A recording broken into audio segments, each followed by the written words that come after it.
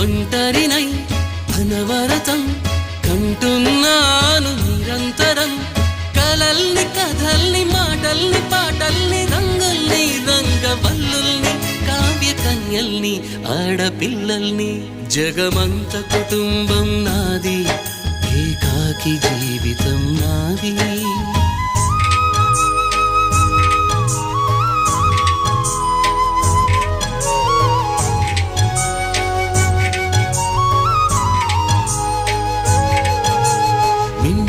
కంటికి